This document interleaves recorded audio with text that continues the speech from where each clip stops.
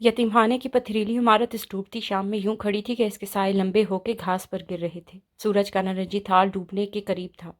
تالیہ ایک درخت سے ٹیک لگائے گھٹنوں پر کاپی رکھے قلم تیز تیز چلا رہی تھی۔ کاغذ پہ ایک سیاہ سفید سا اسکیچ ابھر رہا تھا۔ پہاڑی کی چوٹی پر مخروطی چھت والا محل۔ دفتن بوٹ میں مقید دو پیر اس کے سامنے آ رکے، ایسا سیاہ چمکدار بوٹ کہ اس میں چہرہ نظر آئے۔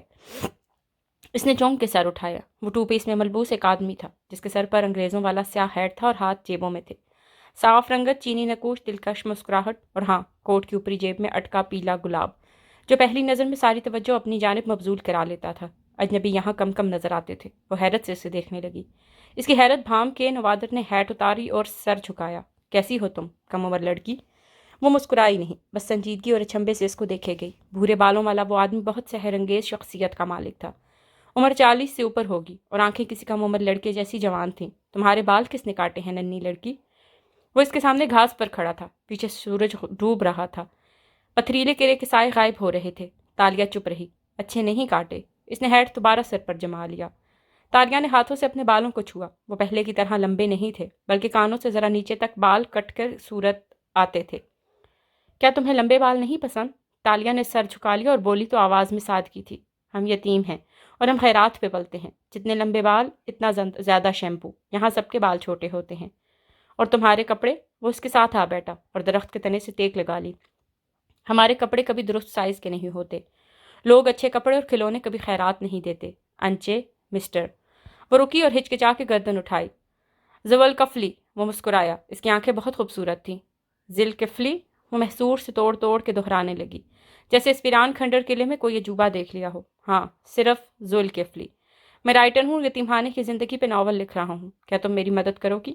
میں؟ اس نے اچنبے سے اسے دیکھا۔ مسز ماریا نے مجھے یتیم خانے کے ان کوارٹرز میں رہنے کی اجازت دے دی ہے۔ اس نے قلعے کی اوپری منزل کی طرف اشارہ کیا۔ وہاں ٹاور کی سب سے اونچی کھڑکی تھی، لیکن یہاں کوئی ٹھیک سے بات ہی نہیں کرتا۔ تم کرو گی؟ اس نے گردن اسپات میں ہلائی، لب مسکراہٹ میں ڈھلے۔ کل رات جب میں ادھر رہا تو وہ رکا۔ مس، وہ تیزی سے بولی۔ تالیہ بنت مراد۔ وہ مسکرایا۔ کیا سحر انگیز مسکراہٹ تھی اس کی۔ تالیہ، بلکہ مجھے کہنا چاہیے پتری تالیہ، شہزادی تالیہ۔ تالیہ کے گالوں پر سرخی پھیلی، مسکراہٹ مزید گہری ہوئی۔ ہاں تو میں کہہ رہا تھا پتری تالیہ، رات جب میں یہاں رہا تو چیخنے کی آوازیں آتی تھیں۔ ہر رات آتی ہیں، یتیم خانے میں کبھی خاموش راتیں نہیں گزرتی۔ انچے ذوالکفلی، مگر کل رات وہ لڑکا کیوں چیخ رہا تھا؟ کیونکہ جب بھی کوئی نیا شخص یتیم خانے میں آتا ہے اس کی نظریں ذوالکفلی کے چہرے پر بہت مان سے جم گئیں، اور وہ ہم سے پیار سے بات کرتا ہے تو ہمیں لگتا ہے وہ ہمارا فاسٹر فادر بن جائے گا اور وہ ہمیں اس جگہ سے دور لے جائے گا، وہ ہمیں فیملی دے دے گا۔ اس نے بھی یہی سمجھا، لیکن وہ لوگ جب اس کو پسند کیے کیسے بغیر چلے گئے تو وہ ساری رات روتا رہا۔ Very sad. اس نے افسوس سے سر ہلایا، پھر نگاہ تالیہ کے کاغذ پر پڑی تو قدرے چونکا۔ کیا بنا رہی ہو تم؟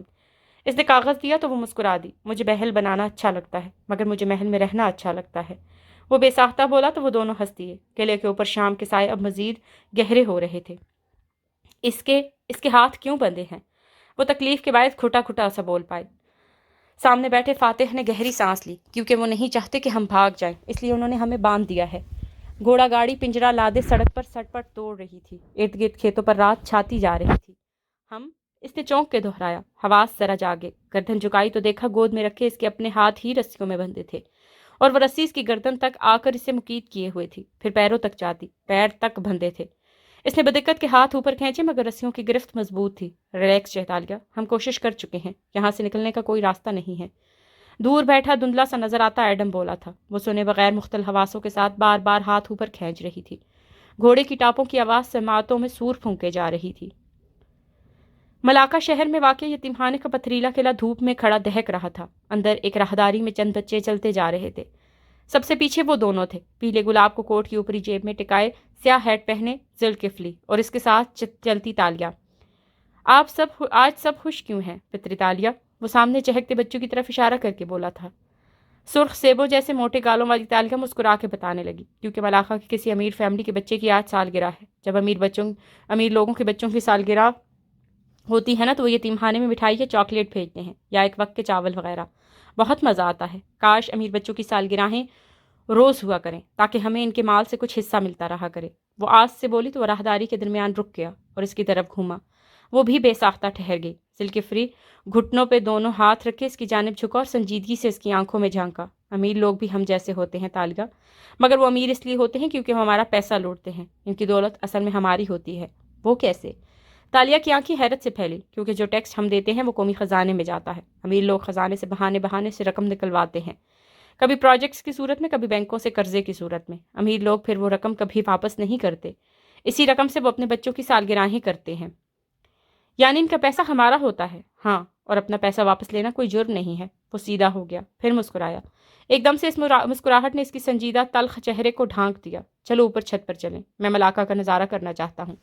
تالیہ نے گہری سانس لی۔ آپ کو چھت سے ہر وقت شہر دیکھنا کیوں پسند ہے انچے ذوالکفلی؟ وہ افسوس سے بولی تھی۔ وہ جواب میں کچھ کہہ رہا تھا۔ وہ دونوں ایک راہداری میں چلتے دور ہوتے جا رہے تھے۔ ان کی آوازیں مدھم ہو رہی تھی۔ تالیہ مت کرو، رکو، سٹاپ اٹ۔ وہ اب کے جھڑک کے بولا تو وہ زور سی مسلسل کھینچ رہی تھی ٹھہری، گردن اٹھا کے بھیگی آنکھوں سے اسے دیکھا۔ یہ کون لوگ ہیں؟ انہوں نے ہمیں کیوں پکڑا ہے؟ پلکیں جھپکائیں تو بصارت واضح ہوئی، جیسے پانی گدلے شیشے کو صاف کر دے۔ جامنی اندھیرے میں فاتح کا چہرہ صاف دکھائی دینے لگا۔ میں نہیں جانتا، میں ان کی زبان نہیں سمجھتا، وہ مدھم آواز میں بتانے لگا۔ انہوں نے ہمارے اوپر تلواریں تان دی تھی، تو آپ لوگوں نے مزاحمت کیوں نہیں کی؟ ایڈم کے پاس تو پستول بھی تھا۔ وہ شوقی نظروں سے ان دونوں کو دیکھ رہی تھی، جیسے ان کی بہادری پہ شک ہوا ہو۔ میں تو اس کو شوٹ کرنا چاہتا تھا، مگر سر نے روک دیا، ایڈم گلہ آمیز انداز میں بولا۔ ایڈم نے آج تک ایک جیتا جاگتا انسان نہیں مارا۔ میں تم دونوں کو خطرے میں نہیں ڈالنا چاہتا تھا۔ وہ گہری سانس لے کر بولا، پنجرے کی سلاخوں سے ٹیک لگا لی، سفید گدلی شرٹ کے آستین اوپر چڑھائے، مٹی لگے چہرے کے ساتھ وہ سنجیدہ لگ رہا تھا۔ اس کے ہاتھ پیر بھی ویسے ہی بندھے تھے۔ اور جب میں نے ان کی گاڑی دیکھی تو کوئی مزاحمت نہیں کی۔ گاڑی کا مطلب تھا کہ وہ راستوں سے واقف ہے۔ میں ان کی زبان نہیں سمجھتا، مگر وہ بار بار ایک ہی لفظ دہرا رہے تھے، ملاقہ۔ یقیناً یہ گاڑی ملاقہ شہر جا رہی ہے، اور آپ نے خود کو بندھوا کے جانوروں کی طرح اس پنجرے میں ڈالنے دیا ان کو۔ کوئی مزاحمت نہیں کی، وہ غصے سے بولی۔ سر ابھی تک گول گول گھوم رہا تھا، صرف اس لیے کہ وہ ملاقہ جا رہے تھے۔ ان کو جنگل سے نکلنے کا راستہ معلوم تھا۔ کیا تم بھول گئیں؟ آئیز آن دا پرائز، اور ہماری منزل ملاقہ ہے۔ منزل پر سمجھوتا نہیں کیا جا سکتا، راستوں اور طریقوں پر کر لیا جاتا ہے۔ وہ بالکل چپ ہو گئی، پھر سر دھیرے سے سلاخوں سے ٹکا دیا اور نظریں باہر دوڑتے کھیتوں پر جما دیں۔ چاند نکل آیا تھا اور کھیت اندھیرے میں چاندنی کے باعث مدھم مدھم سے نظر آ رہے تھے۔ گھوڑوں کے قدم دھول اڑاتے تیزی سے آگے بڑھتے جا رہے تھے۔ قلعے کے باغیچے میں بہار کے ڈھیروں پھول کھلے تھے، اور ان کی خوشبو گھاس پر بیٹھے لوگ محسوس کر سکتے تھے۔ وہ گھاس پہ آلتی پالتی کیے بیٹھی تھی، اور سامنے ہیٹ والا مسکراتا ہوا ذوالکفلی بیٹھا تھا۔ اور کیا ہے وہ جادو جو آپ نے مجھے دکھانا تھا؟ وہ مسکرا کے دلچسپی سے پوچھ رہی تھی، انداز میں اعتماد اور انسانیت تھی۔ ہاں وہ مسکرایا اور جیب میں ہاتھ ڈالا۔ تالیہ آگے کو جھکی اور جب موٹی باہر نکال کے کھولی تو اس میں ایک سکہ تھا۔ یہ کھوٹا ہے، اور یہ دنیا والوں کے پاس کھوٹا رہے گا، مگر جب یہ تمہارے ہاتھ میں آئے گا تو… تالیہ نے دلچسپی سے اپنی ہتھیلی پھیلا دی۔ ذوالکفلی نے سکہ اس کے ہاتھ پہ رکھا اور اس کی مٹھی بند کی۔ اب ذوالکفلی کے ہاتھ اس کے ہاتھ کے اوپر نیچے رکھے تھے۔ پھر اس نے تالیہ کی آنکھوں میں دیکھا۔ مگر تمہارے ہاتھ میں وہ کھوٹا نہیں رہے گا، وہ تمہارے دل جیسا ہو جائے گا، خوشبودار اور خوبصورت۔ اس نے ہاتھ کھینچ لیے۔ تالیہ نے بند مٹھی دھیرے سے کھولی۔ اندر سکہ نہیں تھا، اندر پیلا گلاب تھا۔ اس کی آنکھیں بے یقینی سے پوری کھل گئی۔ یہ کیسے؟ الفاظ ٹوٹ گئے۔ میں جادوگر ہوں پتری تالیہ۔ وہ آواز کو بھاری کر کے بولا تو وہ حیرت اور خوشی کی ملی جلی کیفیت میں ہنس دی۔ اور وہ سکہ کہاں گیا؟ تمہاری جیب میں۔ تالیہ نے جلدی سے فراک کی جیب میں ہاتھ ڈالا اور اندر سکہ واقعی رکھا تھا۔ اس کا چہرہ دمک اٹھا۔ کیا آپ مجھے یہ جادو سکھا سکتے ہیں؟ وہ لجاجت سے بولے، مگر ذوالکفلی گھڑی دیکھتے اٹھ رہا تھا۔ مجھے ابھی چھت سے ڈوبتا سورج دیکھنا ہے، اس کے بعد پلیز ابھی۔ وہ منت کرنے لگی، مگر مسکرا کر اپنا ہیڈ درست کرتا آگے بڑھ گیا۔ سب کہتے ہیں ذوالکفلی صاحب یہاں تمہاری وجہ سے ٹھہری ہیں۔ ایک کومل بچہ اس کے قریب آ کے بیٹھا اور دھیرے سے کان میں سرگوشی کی۔ تالیہ کا چہرہ مزید چمک اٹھا، مگر بظاہر خفگی سے اس کی طرف مڑی۔ وہ ناول لکھ رہے ہیں، بس اس لیے ٹھہرے ہیں۔ نہیں، کل مسز ایگنس بھی کہہ رہی تھی، وہ ایسے بچے کو اڈاپٹ کرنا چاہتے ہیں جن سے ان کی انڈرسٹینڈنگ ہو جائے۔ وہ شاید تمہارے فاسٹر فادر بن کے تمہیں اڈاپٹ کر لیں گے۔ تم لکی ہو تالیہ، تم یہاں سے چلی جاؤ گی۔ وہ سمجھداری سے کہہ کر اٹھ گیا تو وہ مسکرا کے پھر سے ان دونوں چیزوں کا جائزہ لینے لگی، ایک کھوٹا سکہ اور ایک پیلا گلاب۔ واؤ، جسٹ واؤ۔ رات گہری ہو رہی تھی اور گھوڑا گاڑی کی رفتار قدرے سست ہو گئی تھی۔ وہ ہنوز پنجرے کی سلاخوں سے سر ٹکائے ہوئے تھے، البتہ نیند اب پوری طرح کھل چکی تھی اور آنکھیں دور سڑک پر جمی تھی۔ اوپر تاروں بھرا آسمان تھا، اتنے تارے گویا سیاہ دوپٹے پر افشاں انڈھیل دی گئی۔ اس دنیا میں سب کچھ ہمارے ملائشیا سے مختلف ہے، بس ایک ہوا ویسی ہی ہے۔ وہ سڑک کو تکتے بولی۔ آپ کی اطلاع کے لیے چیتالیہ، ہوا بھی ویسی نہیں ہے۔ کیا؟ تالیہ نے چونک کے گردن موڑی. جب 60-70 سال پہلے امریکہ نے جاپان پر ایٹم بم برسائے تھے تو وہ بم ساری دنیا کی فضا کو آلود کر گئے تھے. یعنی ہمارے پلانٹ ارتھ کی فضا میں، مٹی میں، پھلوں میں، ہر چیز میں ہلکا ہلکا سا سیزیم 137 شامل ہو گیا ہے اور قیامت تک شامل رہے گا. اس سے پہلے یہ قدرتی طور پہ فضا میں نہیں ہوتا تھا. یعنی ابھی. ایڈم نے گہری سانس اندر کھینچی. ابھی فضا اس سے پاک ہے، مگر ظاہر ہے آپ کو کیا معلوم، آپ کتابیں تھوڑی پڑھتی ہیں.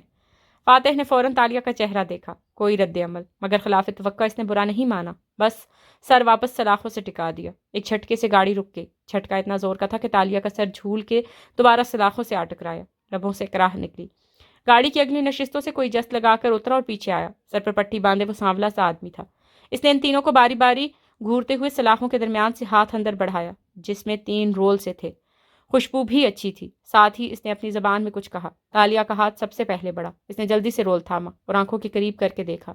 روٹی جیسی چیز میں لپٹا قیمے جیسا آمیزہ. اس نے ندیدوں کی طرح دانت اندر گاڑے. گھیلا بھی تھا جیسے کوئی ساس اندر لگی ہو. مختلف سا ذائقہ تھا مگر مزیدار تھا. اتنے دنوں کی محرومی جاگ اٹھی. وہ جلدی جلدی کھانے لگی. فاتح نے باقی دونوں رول تھامے اور ایک ایڈم کی طرف بڑھا دیا. رسیاں سختی سے بندھی تھی مگر لمبی تھی. وہ ہاتھ کو قدرے آگے پیچھے بڑھا سکتا تھا. اب وہ آدمی اپنی زبان میں کچھ کہہ رہا تھا. فاتح نے قدرے اکتا کے اسے دیکھا. وقت ضائع مت کرو، ہم تمہاری زبان نہیں سمجھتے. کیا تم ہمیں ملاقہ لے جا رہے ہو؟ وہ لقمے سے بھرے منہ کے ساتھ ایک دم بولی. اس کے لبوں سے نکلنے والے الفاظ، لہجہ، زبان اس کے ساتھ ہی مسافروں کے لیے اجنبی تھا. وان فاتح نے بے یقینی سے ابرو اٹھایا. ایڈم کا منہ کھل گیا. وہ آدمی پہ چوکا تھا. ہاں، ہم ملاقہ جا رہے ہیں، مگر تم نے ہمیں باندھا کیوں ہے؟ ہمارا جرم کیا ہے؟ وہ رات کی تاریخی میں سلاخوں کے پار کھڑے آدمی سے نڈر انداز میں پوچھ رہی تھی. فاتح بس اسے دیکھ رہا تھا. رول ابھی تک اس کے ہاتھ میں تھا. ہم جانتے ہیں تم اپنے مالک کی قید سے بھاگے ہوئے غلام ہو. ہم تمہیں وہاں لے جا رہے ہیں جہاں جانے کی تم حقدار ہو. قدر سختی سے بولا اور آگے بڑھ گیا. اس کے بیٹھتے ہی گاڑی جھٹکے سے چل دی. تالیہ کا سر پھر سے سلاخوں سے ٹکرایا تھا. وہاں جہاں گھومڑ تھا. 13 سالہ تالیہ مراد سر جھکائے کرسی پر بیٹھی تھی. میز کے پار کرسی پر مسز ماریا براجمان تھی اور تالیہ کے سامنے بیٹھے پولیس آفیسر کو دیکھ رہی تھی. تالیہ. پولیس آفیسر اس کی طرف جھکے سنجیدگی سے مخاطب تھا. تالیہ نے ویران چہرہ اٹھایا تو اس کی آنکھیں ایسی خالی تھی جیسے لٹے ہوئے لوگوں کا دل خالی ہو جاتا ہے. مسز ماریا نے بتایا ہے کہ سارے یتیم خانے میں سب سے زیادہ ذوالکفلی تم سے گھلتا ملتا تھا. تالیہ نے کھوئے کھوئے انداز میں سر ہلا دیا. اب تک تم جان ہی چکی ہوگی کہ وہ ایک جھوٹا مکار شخص تھا، ایک کون آرٹسٹ، ایک چور. وہ بے رحم لہجے میں کہہ رہا تھا. تالیہ کی آنکھوں کے گوشے بھیگنے لگے. وہ کوئی رائٹر نہیں تھا. وہ جعلی کاغذات پر ادھر آیا اور اوپر ٹاور سے وہ سامنے والی عمارت کا جائزہ لیا کرتا تھا جہاں ایک آرٹ آکشن نیلامی ہونی تھی. تالیہ نے پھر سے سر ہلا دیا. سارے الفاظ معنی کھو چکے تھے. ذوالکفلی کے غائب ہونے کے بعد ساری دنیا جیسے اندھیر ہو گئی تھی. کل رات اس نے نیلامی پہ ایک قیمتی ہیرا چرا لیا ہے اور اب وہ غائب ہو چکا ہے. میں جانتا ہوں اس نے تمہیں امید دلائی ہوگی کہ وہ تمہیں اڈاپٹ کر لے گا، مگر وہ ایک اسکامر تھا تالیہ. اس نے مجھے امید نہیں دلائی تھی. وہ تیزی سے بولی. بہرحال ہم نے اس کو گرفتار کرنا ہے. کیا تم ہماری مدد کرو گی؟ تالیہ نے ایک نظر مسز ماریا کو دیکھا، پھر آفیسر کو. میں کیا کر سکتی ہوں؟ ہمارے پاس اب تک ذوالکفلی کی ایک بھی تصویر نہیں ہے. مسز ماریا کا کہنا ہے کہ تم اسکیچ بنانے میں ماہر ہو. کیا تم اس کا اسکیچ بنا سکتی ہو؟ ہمارے اسکیچ آرٹسٹ کی مدد کر سکتی ہو؟ وہ چند ثانیے اس کو دیکھتی رہی، پھر خاموشی سے کاغذ اٹھایا، پین ہولڈر سے قلم نکالا اور سر جھکائے قلم کاغذ پر رگڑنے لگی. پولیس آفیسر نے گہری سانس لے کر ٹیک لگا دی اور کلائی پہ بندی گڑی دیکھی. کام آسان ہو گیا تھا. کیا اس نے کسی کو نقصان پہنچایا تھا؟ کسی کی جان لی تھی؟ وہ تیزی سے قلم چلاتے سر جھکائے بولی. نہیں، مگر وہ چور تھا. اس نے ہیرا چرایا ہے. یہ بہت بڑا نقصان ہے مسز عثمان کے لیے. مسز عثمان وہی جن کی پوتی کی سالگرہ پہ یتیم خانے میں کھانے کے ڈبے آتے ہیں؟ ہاں وہی تالیہ. مسز ماریا نے تائید کی. وہ خاموشی سے اسکیچ بناتی گئی، پھر سر اٹھایا اور کاغذ ان کے سامنے کیا. آفیسر نے غور سے اسے دیکھا اور مسز ماریا کی طرف بڑھا دیا. ذوالکفلی سے کم لوگ ہی ملے تھے. وہ عموماً کمرے میں رہتا تھا، اس لیے یتیم خانے میں زیادہ لوگوں نے اسے قریب سے نہیں دیکھا تھا. اسی لیے اگر مسز ماریا آپ تصدیق کر دے کہ یہ وہی آدمی ہے تو مجھے دوبارہ یتیم خانے کے چکر نہیں لگانے پڑیں گے. مسز ماریا نے شیور کہتے ہوئے مسکرا کے کاغذ تھاما، پھر اس پر نظر ڈالی تو مسکراہٹ سمٹی. وہ ایک موٹے بھدے آدمی کا چہرہ تھا. ناک، آنکھیں، سب کچھ جدا تھا. انہوں نے چونک کے تالیہ کو دیکھا. وہ انہیں کو دیکھ رہی تھی بنا پلک جھپکے. کیا یہی ذوالکفلی ہے مسز ماریا؟ آفیسر نے پھر سے کلائی کی گھڑی دیکھ کر عجلت میں پوچھا. سر، جب میں 2 سال پہلے یتیم خانے میں آئی تھی تو میری کلائی میں ایک بریسلٹ تھا سونے کا. مگر پھر وہ، تالیہ ایک دم سادگی سے کہنے لگی. اس سے پہلے آفیسر کی اس طرف متوجہ ہوتا مسز ماریا جلدی سے بولی. جی یہی ہے وہ، اور تیزی سے کاغذ واپس بڑھایا. رنگت قدرے پھیکی پڑی تھی. شکریہ. اس نے کاغذ تھاما اور تالیہ کو دیکھا. تمہارے بریسلٹ کا کیا؟ تالیہ نے ایک چبھتی ہوئی نظر مسز ماریا پہ ڈالی جو حیران بھی تھی اور پھیکی بھی پڑی ہوئی تھی. پھر ذرا سا مسکرائی. میں کہہ رہی تھی کہ میرا بریسلٹ بالکل آپ کی گھڑی جیسا لگتا تھا، اتنا ہی خوبصورت. ماریا کے لبوں سے بے اختیار سکون بھری سانس خارج ہوئی۔ If, okay. آفیسر رسمن مسکرایا اور اٹھ کھڑا ہوا۔ ہم امید کرتے ہیں کہ آپ ذوالکفلی کی تصویر دکھا کے مزید ہمارے لوگوں کو ہراساں نہیں کریں گے، کیونکہ اگر بات پھیل گئی کہ تالیہ نے تصویر بنائی ہے یا تصویر ہماری طرف سے آپ کو ملی ہے تو ذوالکفلی یا اس کے ساتھ ہی ہمیں جانی نقصان بھی پہنچا سکتے ہیں۔ آپ بالکل بے فکر ہیں مسز ماریا، ہم دوبارہ آپ کو زحمت نہیں دیں گے۔ وہ اب شکریہ ادا کر رہا تھا۔ اس کے جانے کے بعد آفس میں کتنی ہی دیر خاموشی چھائی رہی۔ پھر تالیہ اٹھ کے دروازے کی طرف بڑھ گئی۔ تم نے ذوالکفلی کو کیوں بچایا؟ وہ پوچھے بنا نہ رہ سکیں۔ وہ ایک چور ہے۔ ننھی لڑکی موڑی اور سپاٹ نظروں سے ان کو دیکھا۔ یہاں کون چور نہیں ہے؟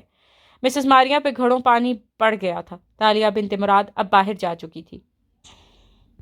گھوڑے کی ٹاپوں کی آواز رات کے مقدس سناٹے کو چیر رہی تھی۔ اس کے سر کا گھومر پھر سے درد کرنے لگا تھا، مگر وہ پرواہ کیے بنا مرغوبیت سے اس رول کو کھا رہی تھی۔ تم ان کی زبان بول سکتی ہو؟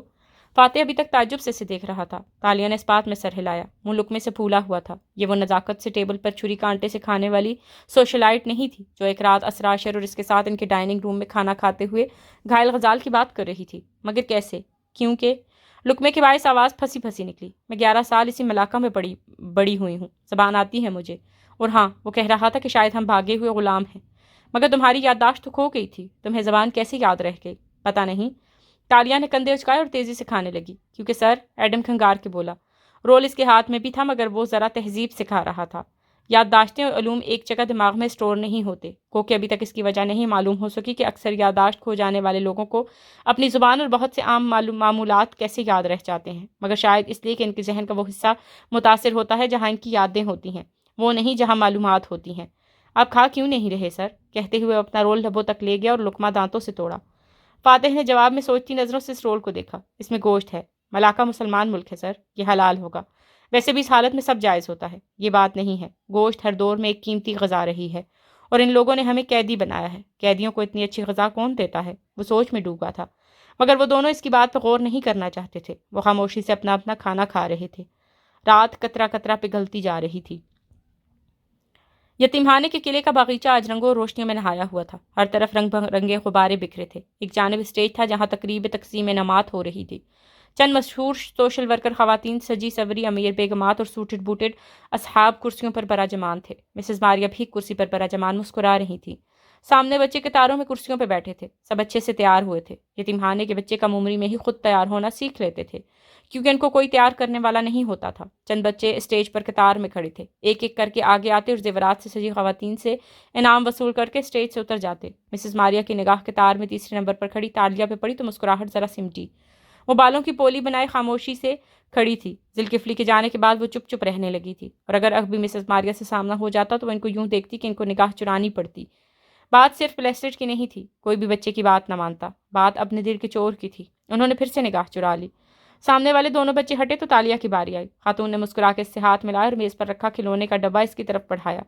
تالیہ نے ہاتھ نہیں بڑھائے، بس نظریں اٹھا کے ان کو دیکھا۔ کیا مجھے وہ والا نہیں مل سکتا؟ اس نے انگلی سے ایک دوسرے ڈبے کی طرف اشارہ کیا۔ خاتون کی مسکراہٹ سمٹی، مگر پھر اسٹیج پہ بیٹھے اپنی طرف متوجہ لوگوں کو دیکھا اور کیمرہ مین کو جو تصاویر بنا رہا تھا۔ جلدی سے سنبھل کے مسکرائیں اور کیوں نہیں کہہ کر ایک دوسرا ڈبہ اٹھایا اور اس کی طرف بڑھایا۔ تالیہ نے بہت شوق سے وہ ڈبہ پکڑا اور آگے بڑھ گئی۔ نیچے اپنی سیٹ پہ جاتے ہی اس نے وہ ڈبہ کھولا۔ اندر تیر کمان تھی، کھلونے والی کمان جو اچھی کوالٹی کی تھی، اور چند تیر۔ اس نے بہت محبت اور اپنائیت سے اس پر ہاتھ پھیرا۔ اس سے متعلق کوئی یاد ذہن کے کسی گوشے میں موجود نہیں تھی، مگر پھر بھی وہ اتنا اپنا اپنا سا لگتا تھا کہ آگے جو ہوا وہ خود ہی ہوا۔ اس نے خود کو تیروں کے ترکش کمر میں پہنتے دیکھا، پھر کمان سیدھی کر کے تیر اندر لگایا اور اسٹیج کے کونے میں لگے غباروں کی طرف نشانہ باندھا۔ وہاں گیس والے غبارے ایک ساتھ بندھے تھے جیسے غباروں کا گلدستہ ہو۔ اس نے کھینچ کے تیر چلا دیا۔ تیر زن سے اڑتا ہوا اس جگہ لگا جہاں غباروں کے دھاگے کا جوڑا تھا۔ چھٹکنے کی آواز آئی اور غبارے خول کی صورت فضا میں بلند ہوئے۔ لوگوں نے چونک کے ادھر ادھر دیکھا، گردنیں موڑی، آوازیں بلند ہوئیں، مگر وہ کچھ نہیں سن رہی تھی۔ وہ تیر کش سے تیر نکال کے ایک کے بعد ایک فضا میں نشانے پہ چلا رہی تھی۔ فضا میں اڑتے غباروں کو باری باری تیر لگ رہے تھے۔ وہ ٹھا ٹھا کی آوازوں کے ساتھ پھٹنے لگے، مگر تالیہ نہیں رکی۔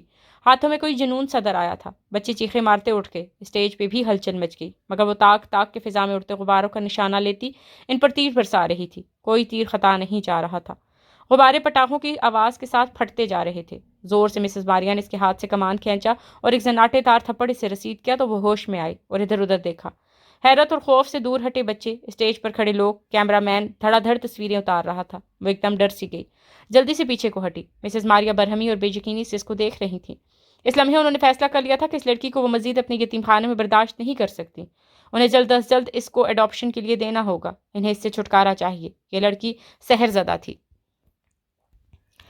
گھوڑا گاڑی تاریخ راستے پر تیز دوڑ رہی تھی۔ فاتح اکنو بیٹھا تھا اور بندھے ہوئے ہاتھ گھٹنوں پر رکھے تھے۔ رول وہ کھا چکا تھا مگر سوچ میں ڈوبا تھا۔ باقی دونوں بھی خاموش تھے۔ ایسے میں وہ بار بار اپنے بندے ہاتھ جیب تک لے جانے کے لیے اٹھاتا، پھر ٹھہر جاتا۔ نہ ہاتھ وہ جیب تک لے جا سکتا تھا، نہ جیب میں وہ بٹوا تھا جس کے اندر جھانکنے کی تڑپ اس کی عادتوں میں شامل تھی۔ جانے وہ کہاں گر گیا تھا۔ تالیہ ہنوز سلاخوں سے سر ٹکائے بیٹھی تھی۔ ایڈم باری باری ان دونوں کو دیکھ رہا تھا۔ اب ہم نے کیا کرنا ہے؟ اس نے یکسانیت سے اکتا کے سوال پوچھا تو تالیہ نے چہرہ موڑا۔ ان کی آنکھیں سپاٹ سی تھیں۔ ہم نے شہزادی تاشا کو ڈھونڈنا ہے اور وہ ہمیں میرے باپا تک لے جائے گی۔ مگر چیتالیہ، ہم اس وقت قید میں ہیں، اس نے جتا کے یاد کرایا۔ اب نہیں رہیں گے، کہتے ہوئے وہ سیدھی ہو بیٹھی اور بندھے ہوئے ہاتھ سامنے اٹھائے، پھر کلائی کو موڑنے لگی۔ ایڈم کی نظروں میں اچنبھا ابھرا۔ رسیاں پکی بندھی ہیں، یہ چوڑیاں نہیں ہیں جن سے آپ کلائیاں نکال لیں۔ تالیہ نے ایک سنجیدہ نظر اس پر ڈالی۔ میں کے ایل کے سب سے ماہر چور اسی لیے ہوں کیونکہ مجھے اپنے ہاتھوں کو ہتکڑیوں سے نکالنے کا فن آتا ہے۔ وہ ایک مخصوص زاویے پہ ہاتھوں کو اکٹھا کر کے موڑے جا رہی تھی۔ فاتح نے ستائش سے ابرو اٹھائے۔ میں نے سن رکھا تھا کہ ایسے ٹرکس ہوتے ہیں، مگر مجھے یقین نہیں تھا یہ حقیقت میں ممکن ہے۔ پہلی دفعہ دیکھ رہا ہوں۔ کس سے سیکھا تم نے یہ؟ اس نے نظریں اٹھا کے فاتح کو دیکھا۔ ایک جادوگر سے۔ اس کے ہاتھ مسلسل رسیوں سے نکلنے کی کوشش کر رہے تھے۔ رسی کلائی کی جلد کو چھیل رہی تھی۔ خون بہہ رہا تھا مگر ہاتھ اندر ہی اندر مڑ کے چھوٹا ہو رہا تھا، گویا پٹھے خود کو اکٹھا کر لینے کے عادی تھے۔ وہ لاہور کی ایک اپر کلاس کالونی تھی جہاں قطار میں چھوٹے چھوٹے بنگلے بنے تھے۔ تیسرے نمبر کے بنگلے کے اندر کچن میں آؤ تو اونچی سیاہ پونی والی تالیہ سنک کے سامنے کھڑی برتن دھو رہی تھی۔ وہ 20-21 برس کی تھی مگر کافی موٹی اور گول مٹول۔ شلوار قمیض پہنے، دوپٹہ سائڈ پہ باندھے، وہ مگن سے کھلے نل تلے آخری برتن کھنگال رہی تھی۔ پھر اسے ٹوکری میں رکھا، تولیے سے ہاتھ پوچھے، چولہا بند کیا اور باہر نکل آئی۔ صوفے پر فربہی مائل ادھیڑ عمر خاتون بیٹھی تھی۔ ٹی وی چل رہا تھا اور وہ فون کال سے لگائے کسی سے محو گفتگو تھی۔ تالیہ جس پل اندر آئی انہوں نے اسی وقت فون رکھا۔ کھانا پک گیا؟ جی امی، کچن بھی صاف ہو گیا ہے۔ وہ صاف اردو میں بات کر رہی تھی۔ ناشتہ ٹیبل پر لگا دیا ہے اور دادا جی کو اس کے کمرے میں ناشتہ ابھی دے آتی ہوں۔ شہناز بیگم کے ماتھے پر بل پڑے۔ بہرحال خاموش رہیں۔ پھر میں کالج چلی جاؤں گی۔ پھر ہچکچا کے رکی۔ امی، کالج کا ٹرپ جا رہا ہے مری، 2 دن کے لیے، مجھے کچھ پیسے چاہیے۔ انہوں نے گردن پوری گھما کے سے دیکھا۔ میرے پاس ان فضولیات کے لیے پیسے نہیں ہوتے تالیہ۔ شفقت صاحب کتنی محنت سے کماتے ہیں۔ ہماری 2 بیٹیاں ہیں جن کی ہم نے شادی کرنی ہے۔ اگر یوں ہی جمع پونجی خرچ کر دیں گے تو شادیاں کہاں سے کریں گے؟ مگر مناہل اور زمل تو پچھلے ہفتے ٹرپ پہ گئی تھیں۔ ارسل بھی جاتا ہے اور ان کے ٹرپ تو مہنگے والے ہوتے ہیں کیونکہ ان کا کالج مہنگا والا ہے۔ تم سرکاری کالج میں پڑھتی ہو، اس لیے اپنی چادر دیکھ کے پاؤں پھیلایا کرو۔ ناک سکوڑ کے سر جھٹکا اور ریموٹ اٹھا لیا۔ وہ چند لمحے چپتی نگاہوں سے ان کو دیکھتی رہی۔ وہ ابھی سو کے اٹھی تھی اور بال جوڑے میں بندھے تھے۔ ٹی وی پر ڈرامہ دیکھتے ہوئے بار بار جمائی بھی روکتی تھی۔ تالیہ سے مکمل بیزار۔ میں ایک فرینڈ سے ادھار لے کر چلی جاؤں؟ میری بلا سے جو بھی کرو۔ انہوں نے ہاتھ جھلا کے اسے دفان ہونے کا اشارہ کیا۔ وہ سر کو خم دے کر وہاں سے چلی آئی۔ اوپر آ کے اپنے کمرے میں جانے کے بجائے اس نے بڑے بیڈ روم کا دروازہ کھولا جو شہناز اور شفقت صاحب کا تھا۔ کمرہ خاموش پڑا تھا۔ اس کے فاسٹر فادر آفس جا چکے تھے اور شہناز رات کا ریپیٹ ٹیلی کاسٹ ڈرامہ دیکھنے سے پہلے ٹی وی کے سامنے سے اٹھنے والی نہ تھی۔ وہ دبے قدموں اندر آئی اور اسٹڈی شیلف کے سامنے رکی۔ تیسرا دراز کھولا۔ اندر ایک خفیہ خانہ تھا۔ تالیہ نے اسے کھولا، چابی نکالی، پھر ڈریسنگ روم میں آئی اور آخری الماری میں چابی لگائی۔ دروازہ کھل گیا۔ اندر ایک دراز میں نوٹوں کی گڈیاں رکھی تھیں۔ اس نے بینک کے نوٹوں کی ایک گڈی اٹھائی جو پورے 1 لاکھ کی تھی۔ مہارت سے اسٹیپل کی پن اتاری، چند نوٹ درمیان سے نکالے اور پھر اسٹڈی ٹیبل کی دراز سے بڑا اسٹیپلر نکالا، گڈی کو دوبارہ اسٹیپل کیا اور احتیاط سے واپس رکھ دیا۔ کوئی بھی ثبوت چھوڑے بنا وہ اپنے کمرے میں آ گئی اور پیسے چھپا دیے۔ جاؤں گی تو میں ضرور۔ کچھ دیر بعد وہ نیچے دادا جی کے کمرے میں ان کو ناشتہ کروا رہی تھی۔ وہ نحیف اور کمزور سے تھے، سر کے سارے بال سفید تھے، بستر پر ٹیک لگائے بیٹھے تھے۔ وہ ان کے ساتھ اسٹول پر بیٹھی چائے پرچ میں ڈالتے اور ان کے لبوں کے قریب لے جاتی۔ وہ گھون پڑتے۔ تالیہ مسکرا کے اسے اپنی بوڑھی آنکھوں سے دیکھتے ہوئے وہ کہنے لگے، تم میری سگی پوتی نہ ہو کر بھی میری کتنی خدمت کرتی ہو۔ ریلی دادا جی؟ یہاں اس پر گھر میں کوئی اس بات اپنے اڈاپٹڈ ہونے کا احساس دلائے بغیر کیوں نہیں ختم کر سکتا؟ وہ ہنس کے بولی اور پھر سے چائے پرچ میں انڈھیلتے لگی۔ تم اس گھر میں خوش نہیں ہونا؟ آپ خوش ہیں؟ انہوں نے گہری سانس لی اور چھت کو دیکھنے لگے۔ میں گلا نہیں کر سکتا۔ شفقت کا باپ ہوتا تو اس کا حق تھا مگر وہ میری خدمت کرتا، لیکن میں اس کا چچا ہوں۔ اس نے مجھے اپنے گھر رکھا ہوا ہے، یہی بہت ہے۔ آپ نے 3 دکانیں جواباً ان کے نام کر دی تھی، اب بھی وہ نہ رکھتے آپ کو۔ اس نے چائے سے بھری پیٹ ان کی طرف بڑھائی، مگر وہ اب سیر ہو چکے تھے۔ پیسے سے خوشی نہیں خریدی جا سکتی۔ کبھی کسی محل میں رہنے والے کو اداس دیکھا ہے آپ نے؟ اس نے پیچر پیالی پرے رکھ دی، پھر گھڑی دیکھی۔ کالج کی بس میں ابھی وقت تھا۔ وہ گردن اٹھا کے اسے دیکھنے لگے۔ تمہیں محل اچھے لگتے ہیں نا؟ بہت زیادہ دادا جی۔ آنکھیں میچ کے اس نے جیسے مزہ لیا۔ میرا دل چاہتا ہے ایک دن میں نیند سے جاگوں تو سامنے ایک سڑک ہو، ایک طرف سمندر ہو اور سیدھ میں سڑک اوپر ایک پہاڑی تک جاتی ہو، اس پہ ایک محل بنا ہوا ہو اور میرا ہو۔ دیکھیے گا دادا جی، تالیہ ایک دن میں بہت امیر ہو جائے گی۔ میں جانتا ہوں۔ وہ بولے تو وہ چونکی۔ عموماً وہ ان کی باتوں پر تبصرہ نہیں کرتے تھے، آج کچھ مختلف تھا۔ کوئی بات ہے دادا جی؟ اس نے ٹھٹک کے ان کا چہرہ دیکھا۔ انہوں نے نرمی سے اس کا ہاتھ تھام لیا۔ تالیہ، میری زندگی کا کوئی بھروسہ نہیں، آج ہوں کل نہیں، اس لیے آپ اب کیا فلموں کی طرح مجھے اپنی وصیت بتانے لگے ہیں؟ وہ پھر سے ہنسی۔ وہ نہیں ہنسے، سنجیدہ رہے۔ یاد ہے کافی عرصے پہلے میں نے تمہیں ایک علاقے میں ایک پلازا دکھایا تھا جس میں 12 دکانیں تھیں، جب تم مجھے ویل چیئر پر وہاں لے گئی تھی؟ جی مجھے یاد ہے۔ کیوں؟ وہ سارا پلازا میرا ہے، ان دکانوں کا مالک میں ہوں۔ تالیہ مراد کا دماغ پھک سے اڑ گیا۔ چند لمحے شل رہی، پھر ادھر ادھر دیکھا۔ ابا جی کو یہ بات نہیں معلوم دادا جی؟ میں مرتے وقت وہ اس کو دینا چاہتا تھا۔ ان کا کرایہ میرے اکاؤنٹ میں آتا ہے۔ میرا رشتے کا پوتا جبران ان کی دیکھ بھال کرتا ہے، مگر اب میں وہ پلازا شفقت کو نہیں دینا چاہتا۔ میں وہ اس کی آنکھوں میں دیکھ کر وقفہ ہوا، تمہیں دینا چاہتا ہوں۔ تالیہ کے قدموں تلے سے زمین سے رکھنے لگی، سانس تک بند ہو گیا۔ دادا جی، ابھی اس کا ذکر کسی سے نہ کرنا۔ جبران آئے گا تو میں اس سے قانونی کارروائی کا کہوں گا، وہ خاموشی سے تمہارے نام ہو جائے گا، اور جب تمہاری شادی ہوگی تو تم اس کو بیچ کے اپنی مرضی کا محل خرید لینا، کیونکہ میرا دل کہتا ہے کہ میں ایک دن ہماری تالیہ کسی محل میں راج کرے گی۔ وہ یکٹک ان کو دیکھے جا رہی تھی، آنکھوں میں آنسو بھر رہے تھے۔ گھوڑا گاڑی سرپٹ توڑ رہی تھی۔ پنجرے میں بیٹھی تالیہ مسلسل کلائیوں کو گھما رہی تھی، ہاتھوں کو اکٹھا کر کے وہ خاص زاویے پر ان کو مروڑ کے رسی کو چوڑی کی طرح اوپر دھکیل رہی تھی۔ خون آلود ہاتھ دھیرے دھیرے باہر نکل رہے تھے۔ فاتح افسوس سے اسے دیکھ رہا تھا، اس کے زخمی ہاتھوں کو نہیں، اس کے چہرے کو، جہاں کوئی عجیب سا خالی پن تھا، شاید وہ ماضی کی کسی یاد میں گم تھی۔ چھوٹے سے بنگلے میں معمول سے زیادہ خاموشی تھی۔ کچن میں کھڑی تالیہ نے دوپٹہ سر پر اوڑھ رکھا تھا اور دادا جی کے لیے دلیا نکال رہی تھی۔ امی صبح ہی سلور کے پیالے لائی تھیں اور حکم ملا تھا کہ چینی کے برتنوں میں دادا جی کو کھانا نہیں دینا، مبادا وہ ٹوٹ نہ جائیں۔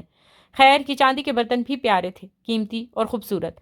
تالیہ نے مسکرا کر دلیا ان میں نکالا، چمچ پلیٹ ساتھ ٹرے میں سجائی اور ٹرے اٹھائے باہر چلی گئی۔ لاؤنج کے پرلے کونے پر دادا جی کا کمرہ تھا اور خلاف توقع آج امی اور ابا وہیں موجود تھے۔ دادا جی کا بھانجا جبران بھی آیا ہوا تھا۔ وہ اندر داخل ہوئی، سب کو سلام کیا، ایک نظر سارے پہ دوڑائی، امی کا بے چین انداز، ابا کی خاموشی، پرسکون اور قدر خوش بیٹھے دادا جی۔ آج کل امی ابا اکثر دادا جی کے پاس جا بیٹھتے تھے اور دادا جی کے ان سے گلے دور ہوتے جا رہے تھے۔ جبران بھی ساتھ ہی بیٹھا تھا۔ اس نے خاموشی سے پیالہ دادا جی کی سائڈ ٹیبل پر دھرا تو امی فوراً بولی، تم جاؤ، جبران کھلا دے گا۔ جی اچھا۔ تالیہ نے بس مسکرا کے دادا جی کو دیکھا، وہ بھی جواباً مسکرائے اور سر کو خم دیا۔ وہ واپس پلٹ آئی، مگر ذہن میں کچھ کھٹک رہا تھا۔ جبران کے چکر زیادہ نہیں لگ رہے؟ کل بھی وہ لان میں امی کے ساتھ بیٹھا تھا جب میں ٹیوشن سے آئی تھی، کوئی تو بات ہے۔ وہ کچن میں آئی اور چوکی پر بیٹھ کے ہتھیلی گال تلے رکھے سوچے گئی، کیا تھا جو اسے کھٹک رہا تھا۔ قریباً 15 منٹ گزرے تھے کہ ابا کی گرجدار آواز سنائی دی، تالیہ تالیہ۔ وہ ایک دم ڈر گئی، پھر بھاگی بھاگی اندر آئی۔ دروازہ کھولا تو ان سب کے چہرے ویسے نہ تھے جیسے وہ چھوڑ کے گئی تھی۔ ابا غصے سے سرخ تھے تو امی کمر پر ہاتھ رکھے کھڑی تھی، اور دادا جی، ان کا چہرہ زرد تھا اور آنکھوں میں آنسو۔ کیا ہوا؟ وہ ہکلائی۔ یہ دلیا تم نے بنایا ہے نا؟ امی چمک کے بولی تھی۔ اس نے جلدی سے سر اسپات میں ہلایا۔ جی، کیا اچھا نہیں بنا؟ اس کی نظریں دادا جی کی آنکھوں پر ٹکی تھی۔ اچھا؟ ارے اس میں زہر ملا ہوا ہے۔ انہوں نے پیالے سے چاندی کا چمچ نکال کے سامنے لہرایا۔ زہر؟ تالیہ کا سر گھوم گیا۔ وہ تو شکر ہے میں نے صحت کے پیش نظر گھر میں چاندی کے برتن استعمال کروانے شروع کیے۔ اللہ نے ابا جی کی زندگی بچانی تھی، سو ہم نے وقت پہ دیکھ لیا کہ سارا پیالہ اور چمچ سیاہ پڑ رہا ہے۔ ایسا صرف تب ہوتا ہے جب زہر چاندی کے چمچ کو چھو جائے۔